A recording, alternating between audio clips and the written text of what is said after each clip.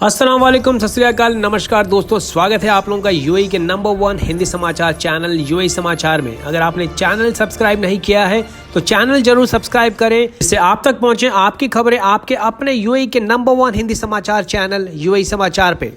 ये हैं आज के मुख्य समाचार। दुबई पुलिस को अथॉरिटी दी गई है कि सिक्योरिटी कैमरास को पब्लिक प्लेसेस पे अलग अलग एक्टिविटीज के लिए इस्तेमाल किया जा सकता है इन्वेस्टिगेशंस के दौरान। दुबई के रूलर और इस देश के उपराष्ट्रपति और prime minister his highness Sheikh Mohammed bin Rashid Al Maktoum ने एक शाही फरमान जारी किया है, जिससे सिक्योरिटी कैमरास जितने भी दुबई के पुलिस ऑफिसर्स हैं उनकी गतिविधियां और आसपास के सारे घटनाक्रम को डॉक्यूमेंट करेंगे रिकॉर्ड में। दुबई मीडिया ऑफिस की प्रेस रिलीज ने ये जानकारी देते हुए कहा कि इसका उद्देश्य दुबई पुलिस के तमाम सर्विसेज और जो परफॉर्मेंस है उनके स्टाफ की उसको इम्प्रूव करने में मदद मिलेगी। इस नए रिजोल्यूशन से समाज को भी कॉन्फिडेंस आएगा दुबई पुलिस की सर्विसेज में, और एक पारदर्शिता यानी ट्रांसपेरेंसी भी आएगी पूरे दुबई पुलिस के ऑपरेशंस में। और दुबई पुलिस के ऑफिसर्स इन सारे वीडियो फुटेज को ट्रांसफर नहीं कर सकते हैं, स्टोरिंग नहीं कर सकते हैं और पब्लिश यानी छाप नहीं सकते हैं बिना इन्वेस्टिगेटिंग अथॉरिटीज या दुबई पुलिस और जुडिशियल अथॉरिटी यानी न्यायपालिका की बिना परमिशन के दुबई पुलिस ऑफिसर्स इन सारे फुटेज का इस्तेमाल नहीं कर पाएंगे। शारजा अमीरात में नई गाड़ियों के कार ओनर्स अब अपनी गाड़ी का रजिस्ट्रेशन 2 साल के लिए कर सकते हैं, 1 साल की बजाय, जो कि अभी किया जाता है। नोटिस जारी किया व्हीकल और drivers licensing department Sharjah police general command ने मंगलवार को। नए रूल से जितने भी कार चालक हैं उनको मदद मिलेगी टाइम सेव करने के लिए। नई फैसिलिटीज को अवेल करने के लिए आपको केवल अपनी गाड़ी का इंश्योरेंस 2 साल के लिए कराना है। इसी के मुताबिक रजिस्ट्रेशन फीस भी जमा करानी है। हालांकि ये एक ऑप्शनल सर्विस है, यानी अगर आप चाहते हैं 2 साल करना तो ही कर सकते हैं।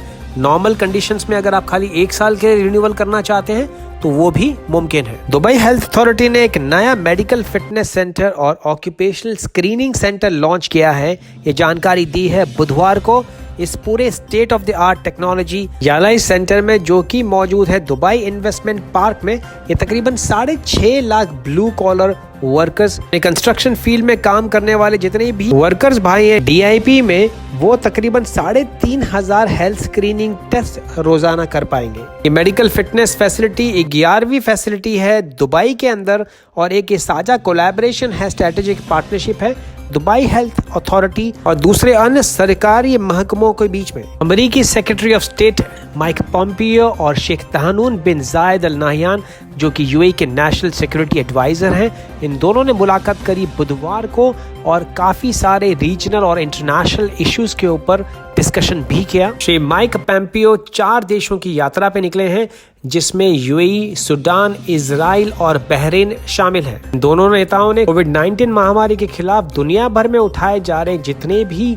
एफर्ट्स हैं उनके बारे में भी डिस्कशन किया। अलावा जो पीस ट्रीटी यानी जो संधि साइन हुई है यूएई इजराइल के बीच में और उससे उत्पन्न होने वाली स्टेबिलिटी यानी जो स्थिरता आएगी पूरे मिडिल ईस्ट खाड़ी देशों में, उसके ऊपर भी चर्चा की। दुबई पुलिस जनरल हेडक्वार्टर्स के सामने अल घिसिस इलाके में टनल के अंदर जो शारजा की तरफ निकलती है, एक मैसिव यानी एक बड़े सड़क हादसे में तकरीबन 7 गाड़ियां आपस में एक दूसरे के भिड़ गई।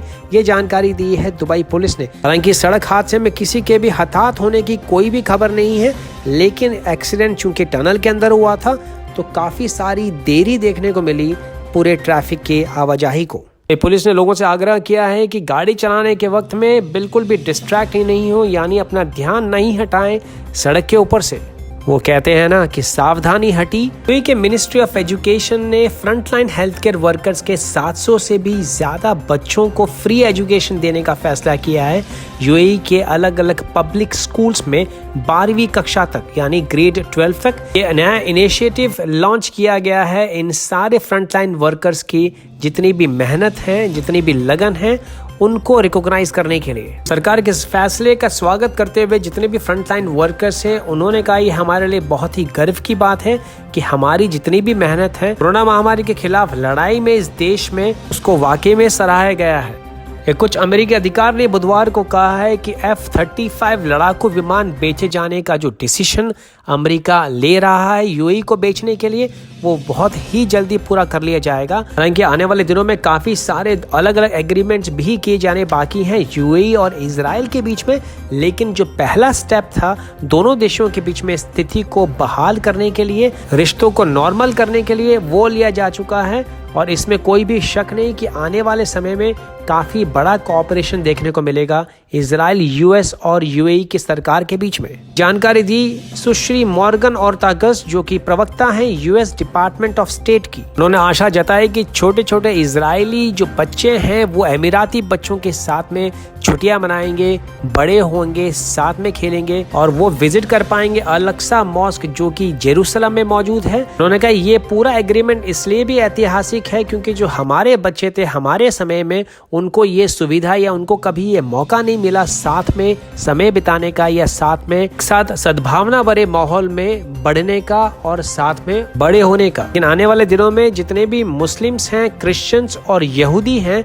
वो साथ में रह पाएंगे एक दूसरे के बीच में, मानवता की एक नई मिसाल देते हुए। अबुधाबी म्युनिसिपैलिटी ने करीबन 5000 से भी ज्यादा अवेयरनेस टेक्स्ट मैसेज भेजे हैं सफ़ा और मफरक इंडस्ट्रियल एरिया में रहने वाले तमाम लोगों को जिन्होंने इलीगली सैटेलाइट डिशेस अपने बालकनीज में या बिल्डिंग्स की छतों में लगा रखी है। अबुधाबी म्युनिसिपैलिटी ने साफ कहा है कि इससे पूरी शहर की छवि जो है वो काफी खराब होती है, धूमिल होती है और लोगों से आग्रह किया है इन सारी सैटेलाइट डिशेस को निकालने के लिए। और इन सारे इलीगल इंस्टॉलेशंस के खिलाफ अबुधाबी म्युनिसिपैलिटी ने एक मुहिम छोड़ रखी है जिससे कि आने वाले दिनों में इन सारे सैटेलाइट डिशेस को हटाने का भी प्रावधान होगा। अबुधाबी म्युनिसिपैलिटी के 2012 के फरमान के मुताबिक एक रूफटॉप यानी एक बिल्डिंग की छत के ऊपर 4 सैटेलाइट डिशेस, सेंट्रल डिशेस से ज़्यादा इंस्टॉल या लगाई नहीं जा सकती है।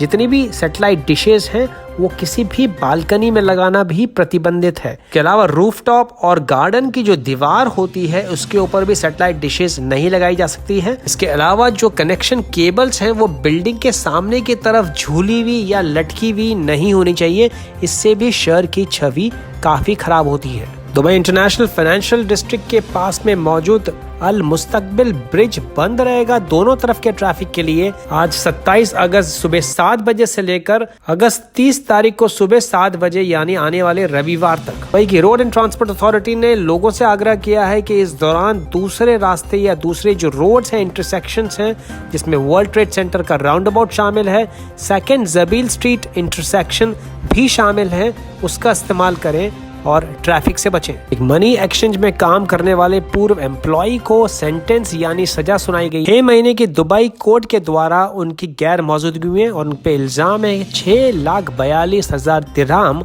चुराने का अपने काम करने की जगह से। 34 साल के एशियाई मुल्क के अशियर को दोषी पाया गया है इस बड़े अमाउंट को चुराने के लिए अपने काम करने की जगह पे। इल्जाम है कि तकरीबन 6,31,791 दिरहम उन्होंने एक बैग में रखे जो उन्होंने सेफ में रखा अपने दूसरे अनपर्सनल बिलोंगिंग्स या अपने पर्सनल सामान के साथ में जब तक उनकी शिफ्ट खत्म नहीं हुई। साथ देने के इल्जाम में अन्य एशियाई मुल्क के वर्कर्स को भी सजा सुनाई गई है 6 महीने की और उसके बाद में इनको डिपोर्ट कर दिया जाएगा। चोरी की वारदात रिपोर्ट की गई थी जनवरी 24 तारीख को जेबल अली पुलिस थाने में। पैसा चुराने के अगले ही दिन ये एम्प्लॉय अपने काम करने की जगह से एब्सकॉन्ड यानी गायब हुए थे और बाद में इनको पता लगा कि उन्होंने पासपोर्ट भी निकाल लिया था कंपनी के सेफ डिपॉजिट से। तो ये थे अब तक के मुख्य समाचार। दोस्तों, अगर आपने चैनल सब्सक्राइब नहीं किया है तो चैनल जरूर सब्सक्राइब करें, घंटी जरूर बजाएं जिससे आप तक पहुंचे यूएई के तमाम बड़े और मुख्य समाचार सबसे तेज और सबसे पहले। अगर आपको विजिट वीजा अप्लाई करनी है, फ्लाइट टिकट्स बुकिंग करनी है और अगर आप दुबई आ रहे हैं जॉब की सर्च में और आपको यहाँ पे किसी भी किस्म के एकोमोडेशन की आवश्यकता है तो आप हमारे संपूर्ण पैकेज का फायदा उठा सकते हैं। उसकी जानकारी के लिए आप नीचे डिस्क्रिप्शन बॉक्स में दिए गए ईमेल एंड व्हाट्सएप नंबर पर संपर्क करें एंड हमारी टीम आपको सारी जानकारियां प्रोवाइड करेगी। इसके अलावा अगर आपका कोई भी क्वेश्चन है तो कमेंट बॉक्स में भी आप लिख सकते हैं और अगर आप पहली बार ये न्यूज चैनल देख रहे हैं तो सब्सक्राइब करना ना भूलें, घंटी जरूर बजाएं जिससे आप तक पहुंचे यूएई के ताजा तरीन समाचार बिना किसी देरी के। तो मैं विजय चौधरी लेता हूं आपसे इजाजत। मैं मिलूंगा कल नए ताजा समाचारों के साथ। चैनल को सब्सक्राइब, लाइक और शेयर करना ना भूलें। कल फिर मुलाकात होगी नए ताजा तरीन समाचारों के साथ। तब तक रखें अपना ख्याल। सत श्री अकाल, मा सलामा, शबा खैर, नमस्कार।